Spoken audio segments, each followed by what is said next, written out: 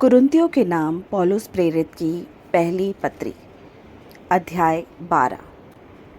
हे भाइयों, मैं नहीं चाहता कि तुम आत्मिक वरदानों के विषय में अज्ञात रहो।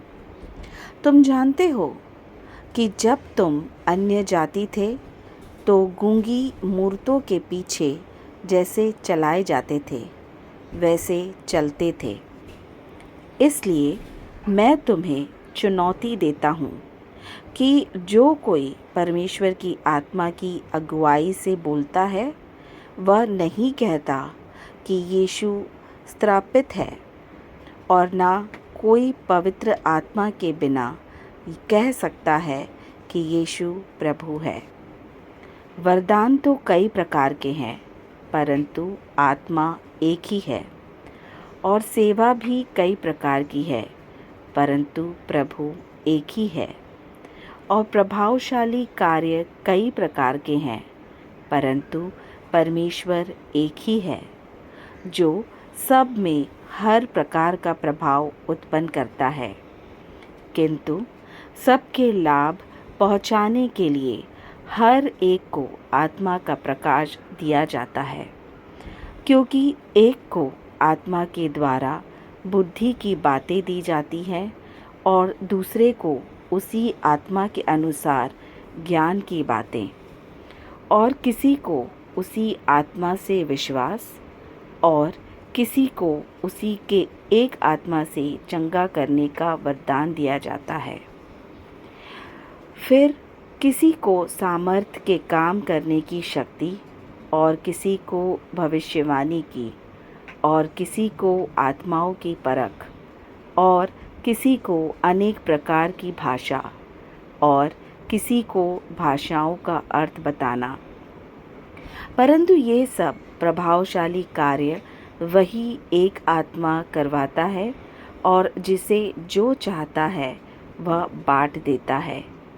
क्योंकि जिस प्रकार देह तो एक है और उसके अंग बहुत से हैं, और उस एक देह के सब अंग बहुत होने पर भी सब मिलकर एक ही देह है, उसी प्रकार मसीह भी है। क्योंकि हम सब ने, क्या यहूदी हो, क्या यूनानी, क्या दास, क्या स्वतंत्र, एक ही आत्मा के द्वारा एक देह होने के लिए बपतिस्मा लिया, और हम सबको एक ही आत्मा पिलाया गया। इसलिए कि देह में एक ही अंग नहीं परंतु बहुत से हैं। यदि पाँव कहे कि मैं हाथ नहीं, इसलिए देह का नहीं, तो क्या वह इस कारण देह का नहीं?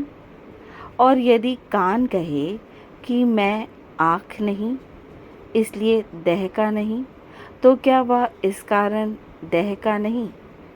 यदि सारी देह आँख की होती तो सुनना कहाँ से होता? यदि सारी देह कान की होती तो सूंघना कहाँ होता? परंतु सचमुच परमेश्वर ने अंगों को अपनी इच्छा के अनुसार एक एक करके देह में रखा है। यदि वे सब एक ही अंग होते तो देह कहाँ होती? परंतु अब अंग तो बहुत से हैं, परंतु देह एक ही है। आँख हाथ से नहीं कह सकती कि मुझे तेरा प्रयोजन नहीं, और न सिर पाँवों से कह सकता है कि मुझे तुम्हारा प्रयोजन नहीं। परंतु देह के वे अंग जो औरों से निर्बल देख पड़ते हैं बहुत ही आवश्यक है, और देह के जिन अंगों को हम आदर के योग्य नहीं समझते हैं उन्हीं को हम अधिक आदर देते हैं, और हमारे शोभाहीन अंग और भी बहुत शोभायमान हो जाते हैं। फिर भी हमारे शोभायमान अंगों को इसका प्रयोजन नहीं, परंतु परमेश्वर ने देह को ऐसा बना दिया है कि जिस अंग को घटी थी उसी को और भी बहुत आदर हो, ताकि देह में फूट न पड़े, परंतु अंग एक दूसरे की बराबर चिंता करें। इसलिए यदि एक अंग दुख पाता है तो सब अंग उसके साथ दुख पाते हैं, और यदि एक अंग की बड़ाई होती है तो उसके साथ सब अंग आनंद मनाते हैं। इसी प्रकार तुम सब मिलकर मसीह की देह हो और अलग अलग उसके अंग हो।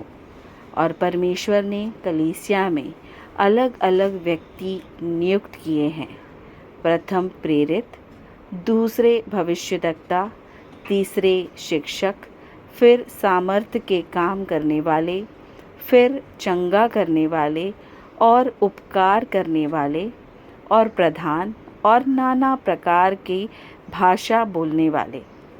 क्या सब प्रेरित हैं? क्या सब भविष्यद्वक्ता हैं? क्या सब उपदेशक हैं? क्या सब सामर्थ्य के काम करने वाले हैं? क्या सबको चंगा करने का वरदान मिला है? क्या सब नाना प्रकार की भाषा बोलते हैं? क्या सब अनुवाद करते हैं?